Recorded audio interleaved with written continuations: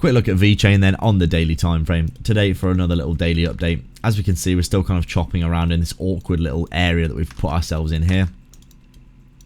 You can see really nice pickup of the lows, as I always talk about. Obviously, I really like to talk about the macro because really that's all that matters, the day-to-day. As much as people do want those day-to-day videos, very little happens for the vast majority of the time in crypto, apart from them parabolic move days where things are really pumping and everyone's happy and excited.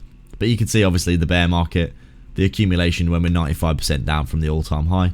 We've obviously got the break, the back test of that bear market kind of range that we were in. You can see we back test, lovely back test of the 0.23 Fibonacci at 2.7 cents, along with that 100 moving average on the daily. Very strong level of confluence for a bounce in this area here, and just a very simple break, retest, and then lovely move to the upside from around 2.7 cents up to the swing high around 5 cents. A nice little 100% gain if you were trading this. Congratulations, that was a lovely little trade.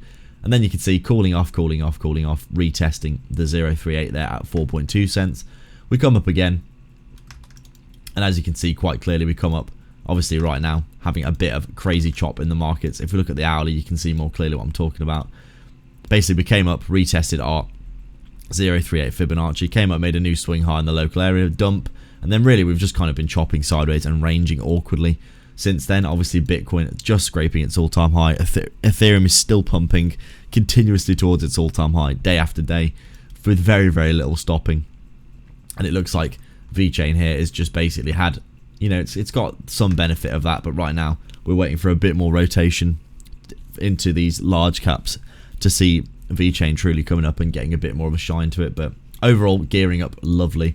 It's shaping up really nicely, isn't it? If you look at this macro again, as I always say, really all we've done is we've come back and just back tested this previous area of resistance years and years ago in 2018. This area here was resistance.